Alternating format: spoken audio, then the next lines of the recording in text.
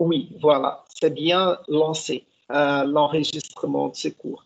J'avais oublié ça, merci Gabriel. Euh, donc, c'est parfaitement possible de faire la dissertation sur un seul poème, mais je trouve que le plus important, c'est d'essayer de lire le livre tout entier, de voir des connexions entre différents poèmes. Et si tu choisis un seul poème, tu le choisis, mais en conscience des relations possibles entre ces poèmes et le reste du livre. Ça va? Je pense que c'est bien répondu. Ouais, d'accord. Donc, je passe ici, j'ai mes notes ici. Je voudrais vous écouter à propos de la vidéo sur les manifestes. C'était bien, vous avez, la qualité de l'audio était meilleure que la première vidéo, n'est-ce pas?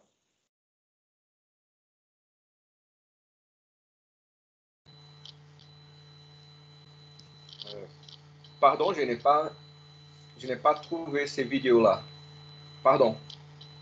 Ah, tu l'as pas trouvé? Donc, ce que je vais faire ici, c'est parce que c'est important,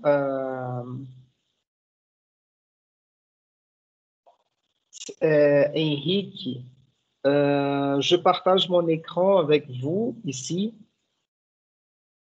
Voilà. Donc, je vous montre comment. En fait, Gabriel, nous avons ici l'activité de cours et vous avez, quand vous entrez ici dans l'activité de cours, il y a cette tâche, exhibir taref. Ici, vous avez reçu, à partir d'activités de cours, une notification quand j'ai partagé l'activité, d'accord? Et vous avez ici le futurisme et l'art de manifeste. Vous tapez sur exhibir taref, elle va se charger ici.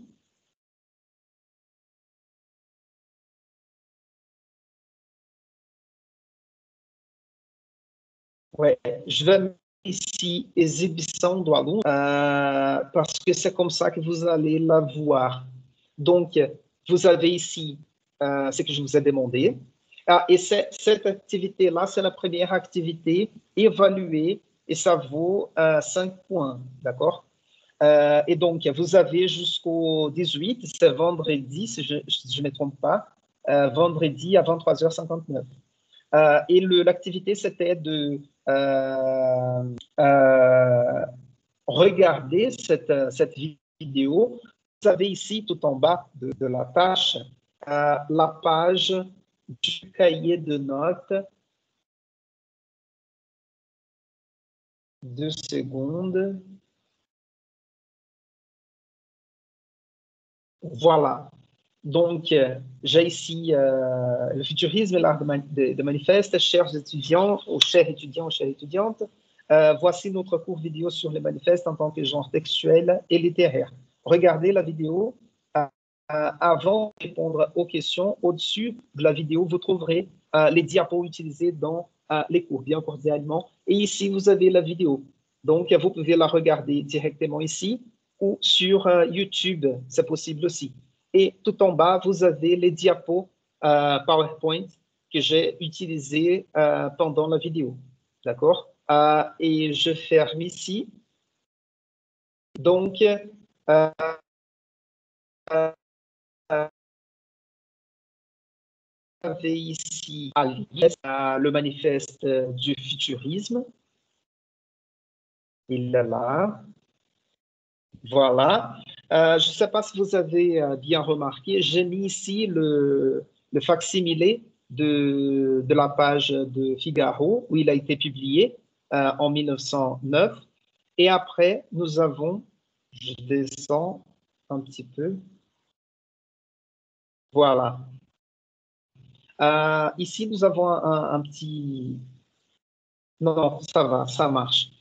Ici, c'est une publication de Marinetti parce que le manifeste du futurisme a été publié dans différents espaces. Il a été publié d'abord comme un tract, comme un pamphlet, quelque chose comme ça, à distribuer. Il a été publié dans cette enquête internationale sur le verre libre.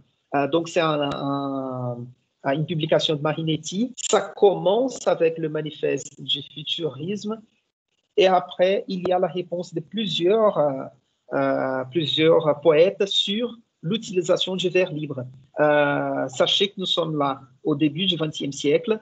On vient de quitter le symbolisme et on commence la poésie moderne. Donc, la question du vers libre est quelque chose d'important. Donc, Marinetti a fait cette enquête sur l'utilisation du vers libre sans rime. Il a utilisé les réponses des poètes. Il a organisé ou il a assemblé toutes ces réponses dans cette publication. Mais l'introduction de cette publication, c'est le manifeste du futurisme. Et après, en février 1909, il publie le manifeste ici dans la première page du Figaro. Il me semble, si je ne me trompe pas, qu'il a payé pour le publier dans les journaux. Mais cette publication, on commence déjà la discussion, cette publication dans le journal Figaro est une stratégie de publicité, de marketing. Ouais. Et c'est tellement important l'utilisation du journal comme moyen de transmission, de diffusion du manifeste et va toucher à plusieurs personnes, pas seulement les lecteurs. Ouais. Ça, c'est intéressant aussi parce que c'est une façon, parce que depuis toujours, en quelque sorte, on peut dire que la poésie, elle a un public lecteur assez réduit, assez restreint, normalement composé des poètes. Ce sont les lecteurs de poésie, assez souvent, ce sont les poètes eux-mêmes, les critiques, les professeurs.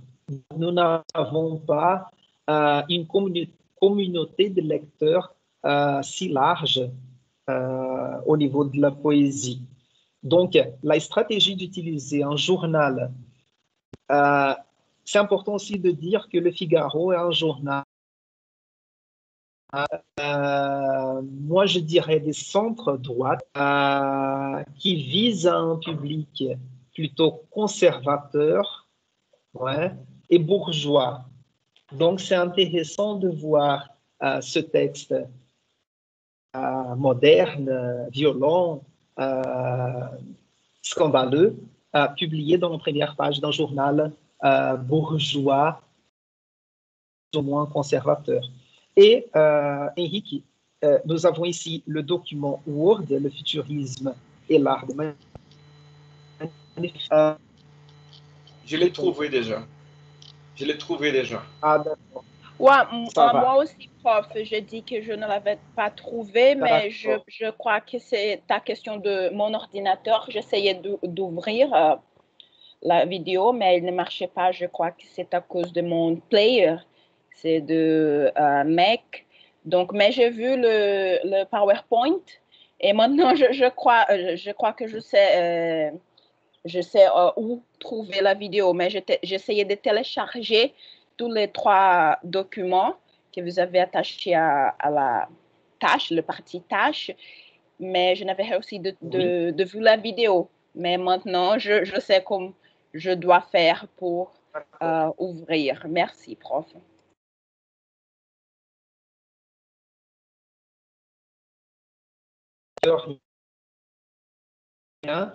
Directement sur Teams, essayez de cliquer sur la logo de YouTube parce que vous allez être renvoyé sur YouTube et je pense que sur YouTube, ça marche avec les liens. Quand vous aurez les liens de la vidéo, ça marche. Et ce que je vous ai demandé, c'est de regarder la vidéo, ce cours vidéo sur le manifeste. Et je vous demande, à partir des informations apportées par le cours vidéo, élaborer une définition de manifeste d'équilibre. Ici, j'explique cette différence, pourquoi j'ai mis genre textuel et genre littéraire. On peut voir, comme vous allez voir, le manifeste, il peut être philosophique, littéraire, politique. Je donne toujours l'exemple du manifeste communiste. C'est un manifeste politique. Politique, on pourrait même dire de philosophie politique, en quelque sorte. Hein. Donc, c'est un genre textuel, plutôt, mais ça devient un genre littéraire étudié comme partie de la littérature, surtout à partir de Marinetti. Le futurisme, moi, en entrant déjà dans le futurisme, c'est intéressant parce que Marinetti, il est un poète italien, moi je dirais, mais c'est francophone ou francophile. Il est né, si je ne me trompe pas, en Égypte, mais il a fait ses études dans un lycée français. Raison pour laquelle plusieurs de ces textes, des textes à Marinetti, des manifestes ou poèmes, sont écrits en français, pas en italien. Même s'il est connu comme un poète italien, il a une partie de son œuvre écrite directement en français.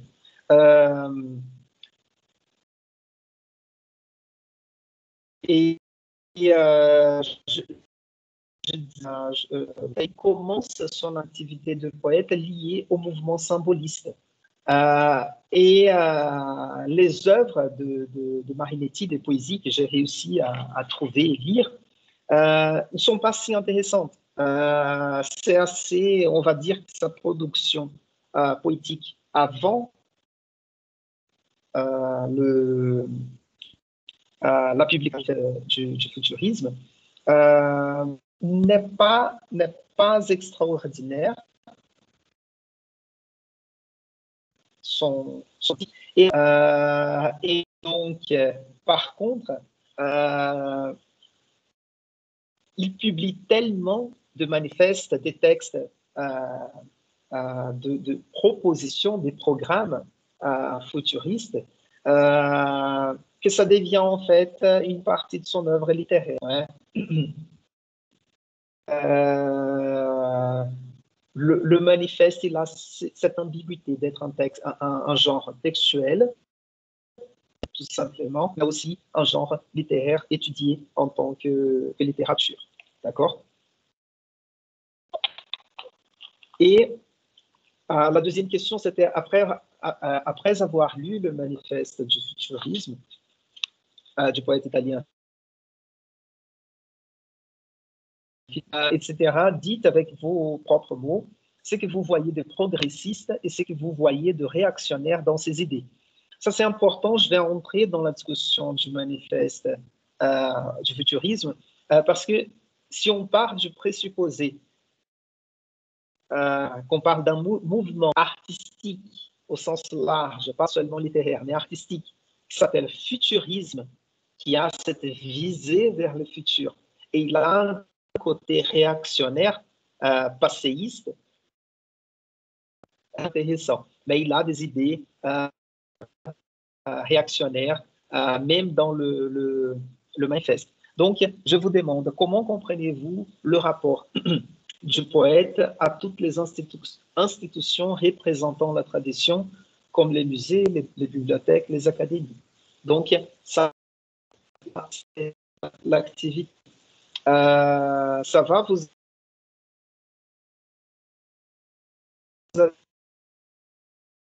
c'est bon. Je vais ici ce partage d'écran.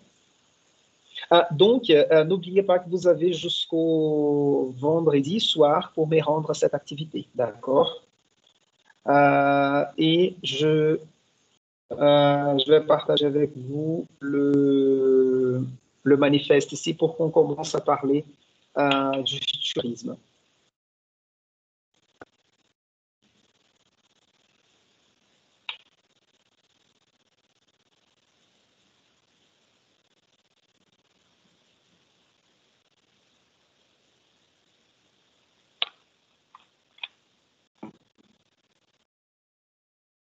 Ça va, vous avez des questions ou pas?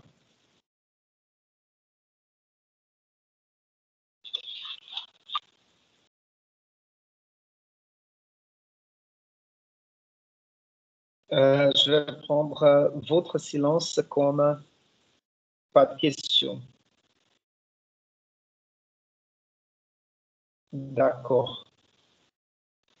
OK. Professeur, j'ai Oui. quelques questions, mais je veux travailler cela dans ma tâche. OK? Merci. Ah, d'accord. Pardon, Josuine, tu as des questions par rapport à? Au manifeste, les deux questions que vous avez posées, mais je vais travailler ça dans mon test. Ah, d'accord. OK. Super. Donc, je vais partager ici l'écran du manifeste. Je change ici pour voir si ça marche bien. Oui. Donc, vous avez ici la page du manifeste. Et je séparais ici quelques extraits. Et vous voyez ici aujourd'hui avec... en plus, si la publication est de 1909, je ne sais pas, je n'ai pas vérifié la date de mort, de décès de Marinetti, mais on trouve tous ces matériaux sur Internet, disponibles facilement sur Internet. Donc, c'est intéressant de voir des informations comme le prix abonnement, parce que Poesia, c'était la revue de Marinetti, ouais, dans laquelle il publiait les manifestes, les poèmes, il publiait des choses d'autres poètes, d'autres écrivains aussi. Vous voyez ici, et nous avons d'autres informations.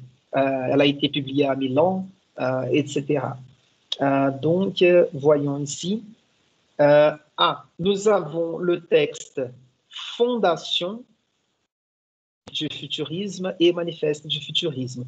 Je vous ai demandé de tout lire, en fait. Ouais, voilà, ça met un petit peu de temps à charger. La fondation, pour ceux qui n'ont pas lu et pour ceux qui ont lu et n'ont pas compris, nous avons ce premier texte, c'est la première, la deuxième page, la troisième, la quatrième, voilà, jusqu'à la cinquième page.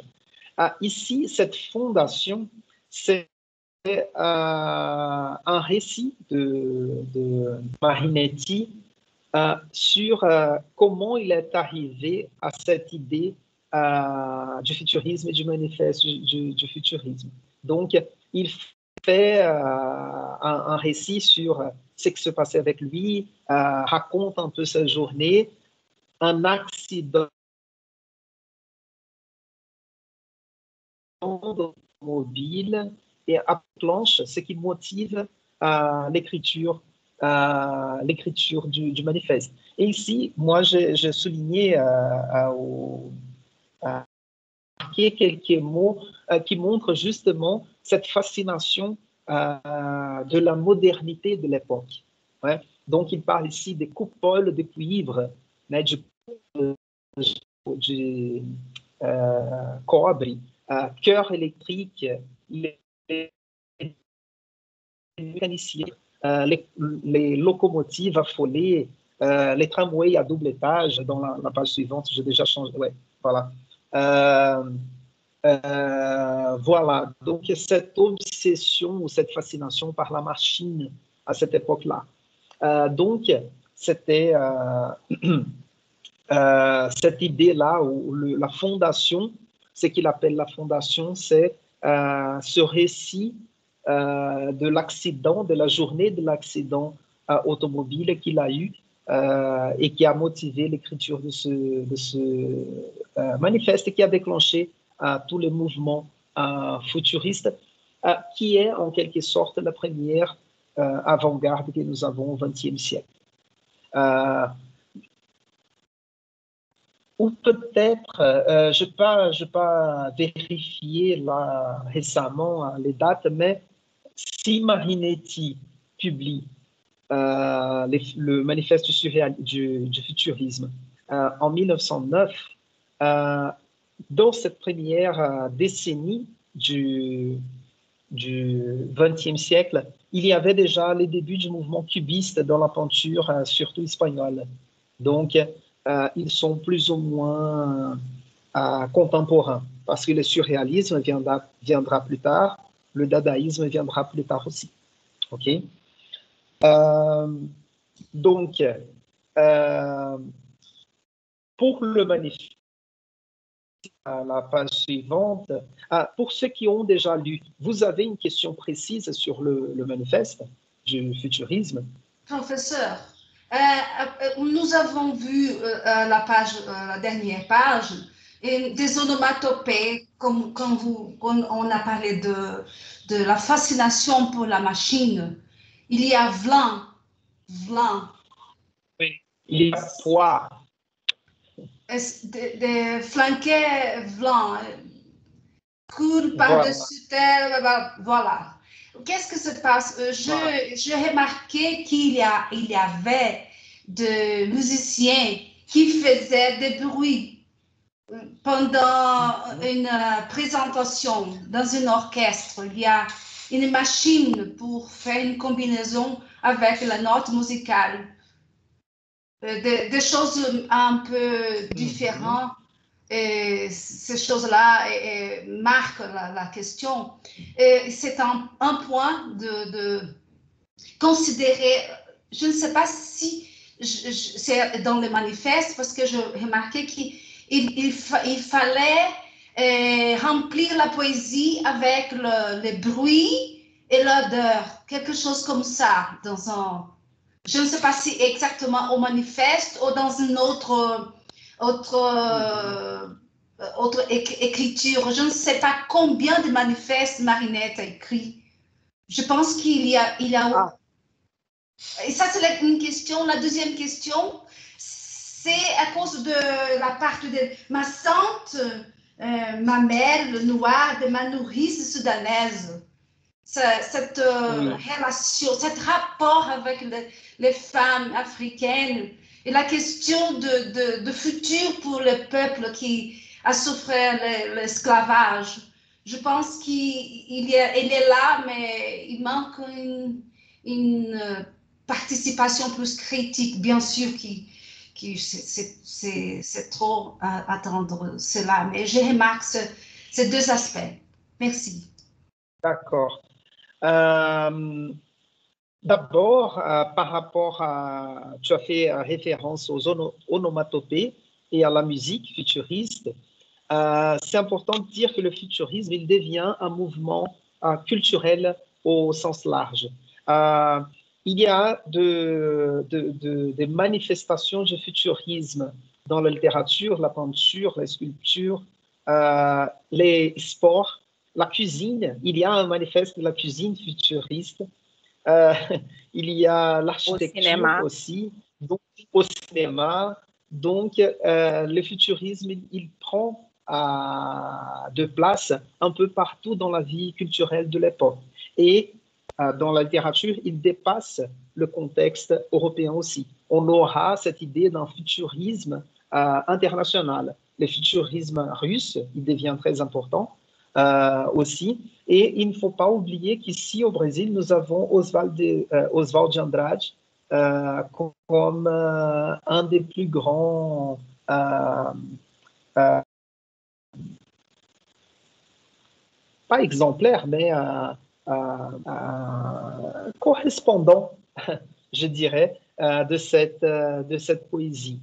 Et sinon, par rapport à Jésuine, deuxième question, c'était quoi, pardon? Tu as parlé de la femme soudanaise, la nourrice. Et ça, c'est important aussi. Je ne sais pas si vous avez remarqué, il y a où il dit quelque chose d'assez compliqué par rapport aux femmes. On va se voir ici. Le féminisme, contre le féminisme. Oui, voilà. Et il y a j'ai un livre organisé par un monsieur qui s'appelle Giovanni Lista, et il réunit dans ce livre 732 textes ou manifestes ou documents du futurisme. Donc, 732 textes relatifs au futurisme. Et il y a dans ce livre un texte qui n'est pas signé par Marinetti, mais par une femme, qui est un manifeste, je ne sais pas si est le manifeste futuriste de la... Non, c'est pas ça. J'essaie de le retrouver ici.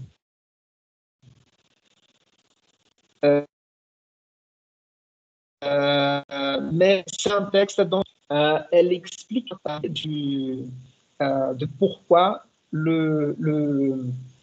laisse voir ici dans la table des matières.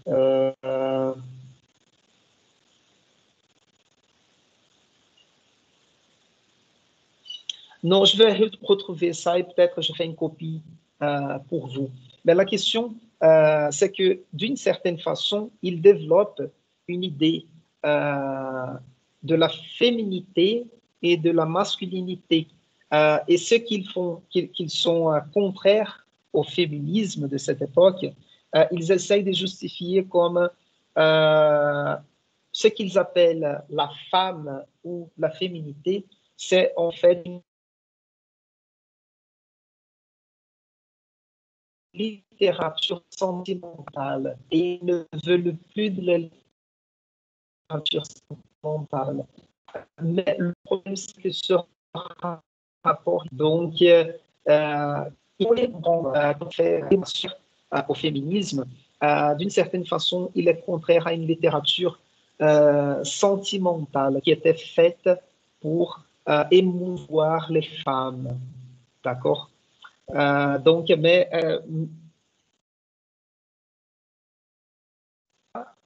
pas pour sauver le futurisme et Marinetti.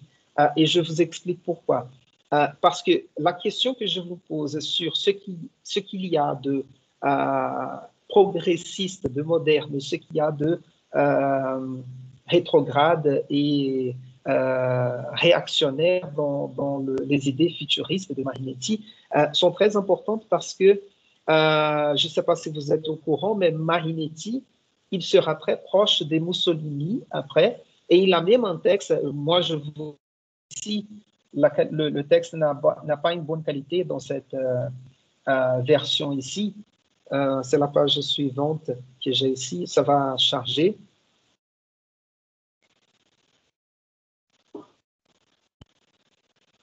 Parce que c'est une copie aussi facsimilée de cet écran. 2 secondes pour que ça charge. Ouais, voilà. Donc, vous voyez ici, ouais, futurisme et fascisme. En fait, dans ce texte-là, par Marinetti, mais c'est un texte à Marinetti, dans lequel il fait un parallèle entre le futurisme et le fascisme, on peut dire plutôt le fascisme. Et dans ce texte-là, par exemple, ça c'est important de dire aussi sur la biographie de Marinetti, parce qu'il se fait arrêter et mis en prison à plusieurs fois à cause des manifestations futuristes. Et dans une ou deux fois, ou à une ou deux reprises, il est mis en prison avec Mussolini. Ils étaient ensemble. Et Marinetti va supporter le régime fasciste après.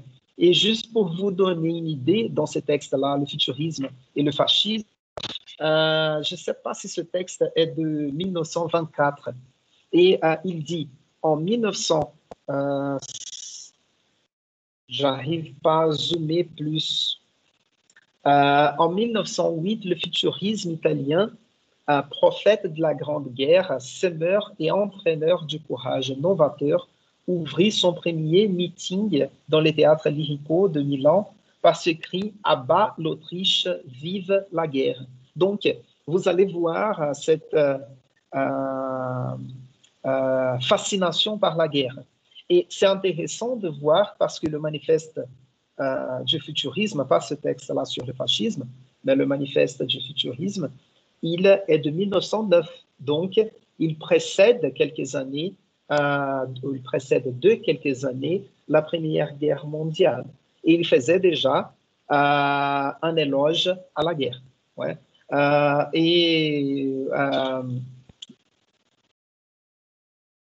Juste pour vous montrer un exemple de ce parallèle qu'il fait, il dit ici le fascisme né de l'interventionnisme et du futurisme s'est longtemps nourri des principes futuristes. Les exigences pour lui permettent d'en réaliser seulement une partie. D'une certaine façon, il va dire que le fascisme est un composant du et le futurisme arrive à réaliser plus de choses que le fascisme ne l'a pas capable.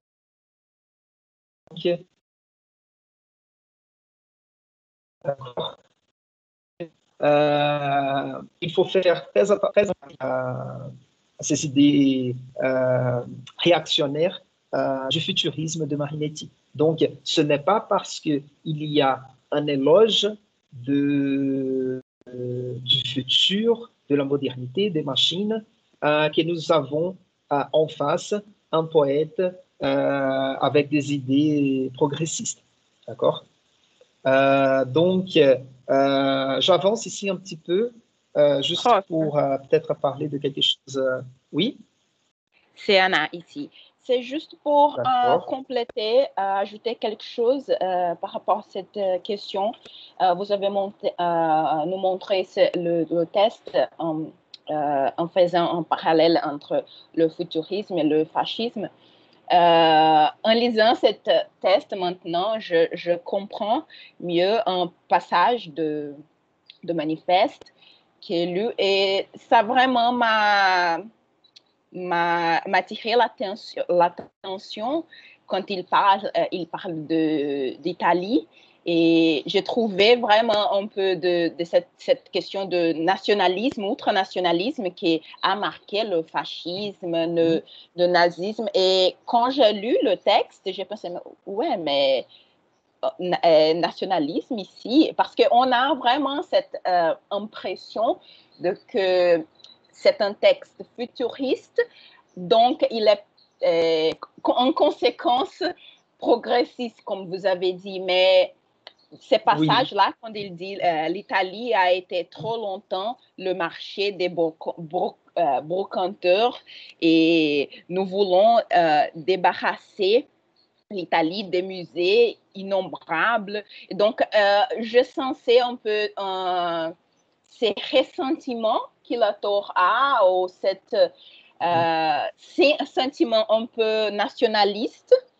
Et maintenant, je crois que j'ai eu l'impression correcte, la bonne impression qu'il est un peu vraiment nationaliste. Mais c'est juste ce passage-là que j'ai trouvé très intéressant. Il parle de musées et cimetières, donc on sent les sentiments. Ouais, il fait ce rapport entre les musées et les cimetières. Ouais. Mais d'une certaine façon, il a raison. Les musées. Mais d'une certaine façon, je ne sais pas, peut-être dans une chanson populaire, Caïtan, je ne sais pas, mais le musée, c'est une espèce de cimetière de la culture. Ouais. Et plusieurs musées, parce qu'il faut faire cette distinction aussi entre les musées, même un musée d'art historique et un musée d'art moderne, par exemple. Ce qui est en quelque sorte une contradiction de termes aussi. Un musée d'art contemporain.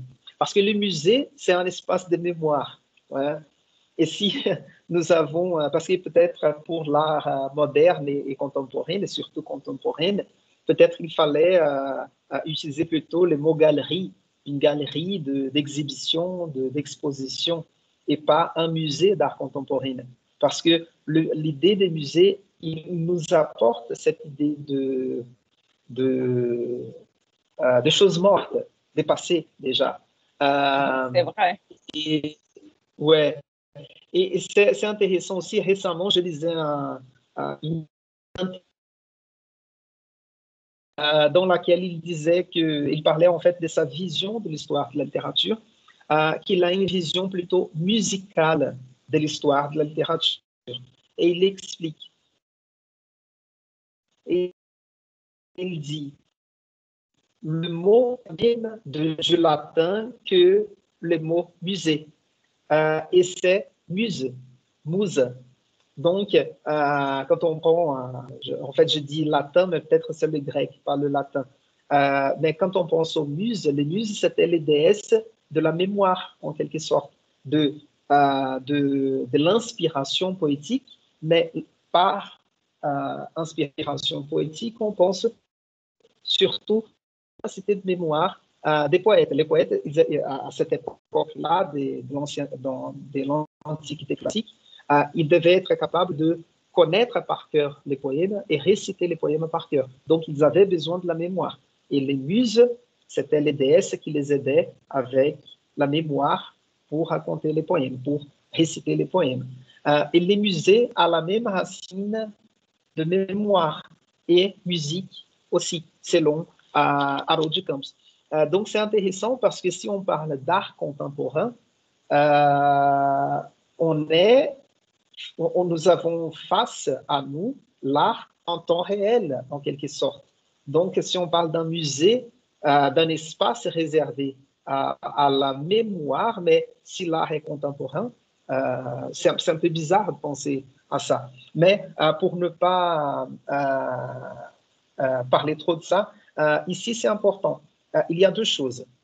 Il y a une violence verbale dans le manifeste futuriste ou du futurisme, mais elle était nécessaire aussi pour rompre, pour casser avec la tradition. On ne rompt pas, on ne casse pas avec la tradition facilement. Ouais. Il y a toute une institution littéraire avec des règles, avec les académies, les critiques, les universités, les écoles, qui défendent en quelque sorte ces institutions-là. Donc, pour rompre cette agressivité et cette violence, elle peut choquer un peu, mais elle est nécessaire aussi pour le changement de direction de l'histoire de l'art. Par contre, cette violence verbale, elle n'a rien à voir avec l'éloge qu'il fait de la guerre, qui est une autre chose. D'accord?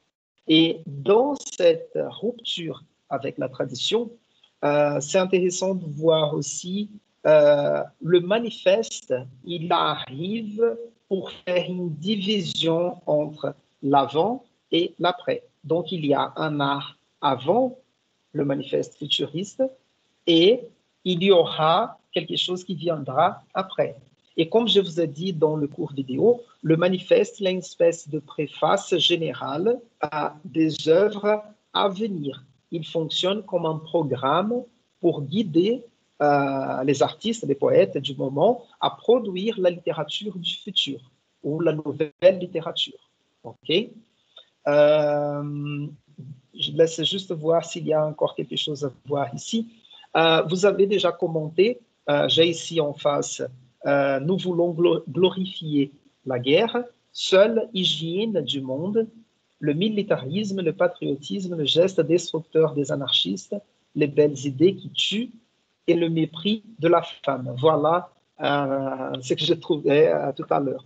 Le mépris de la femme ici sera expliqué plus ou moins comme le mépris d'une littérature féminine dans ce sens de sentimental, pas une littérature écrite par les femmes ou pour les femmes.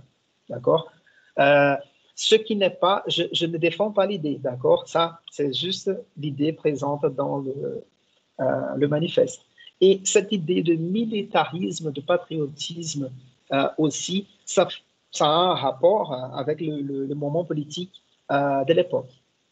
Et c'est important aussi de penser que l'Italie est un des pays comme l'Allemagne qui ont eu une unification tardive, raison pour laquelle cette idée de patriotisme et de nationalisme était importante pour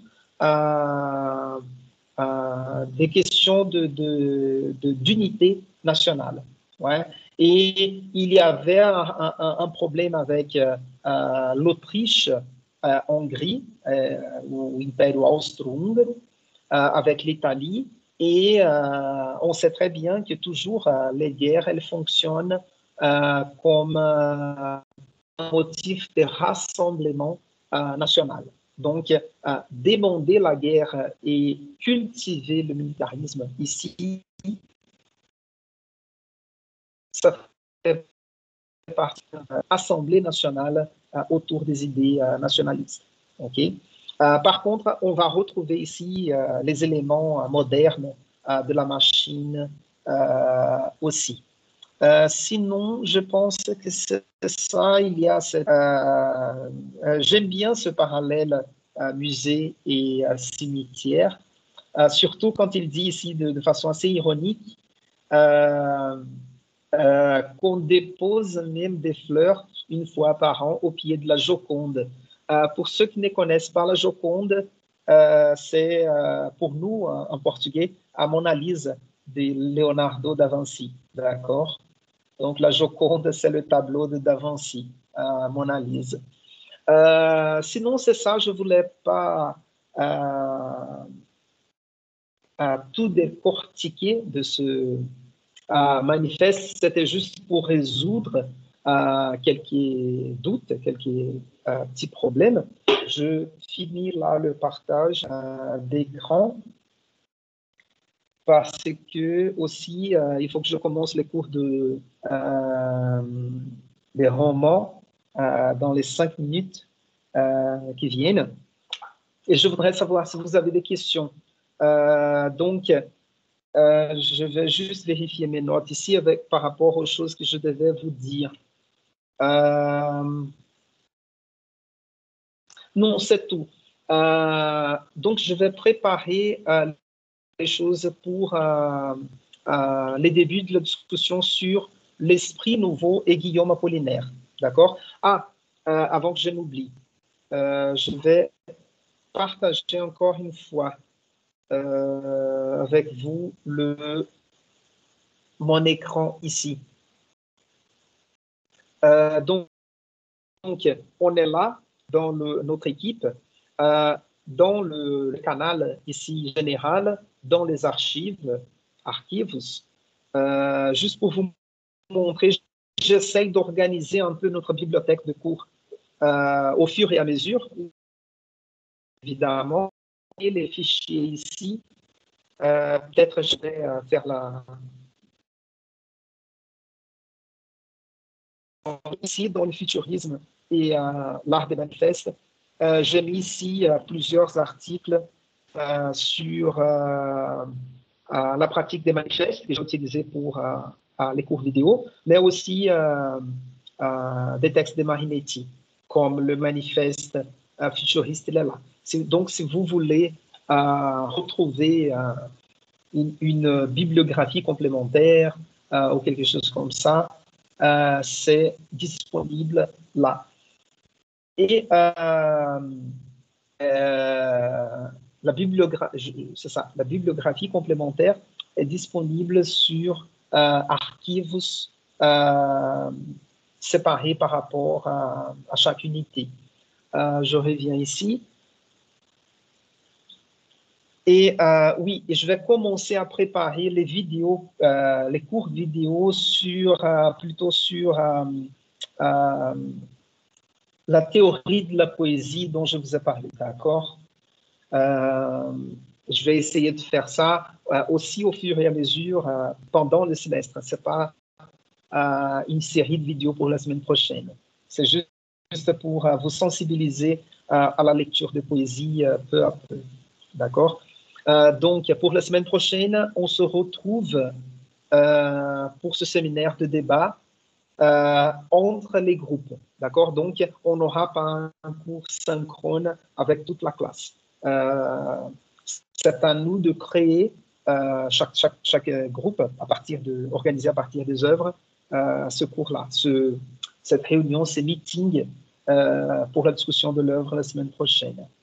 Des questions? Ou on peut terminer là et passer au cours de roman?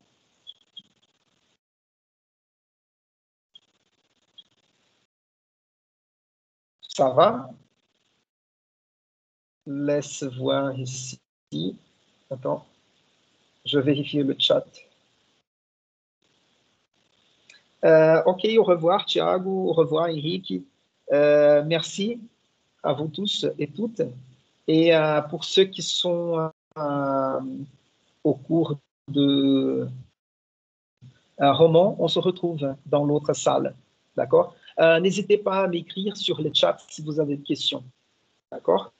Donc, je finis là. Je vous dis au revoir. Et merci.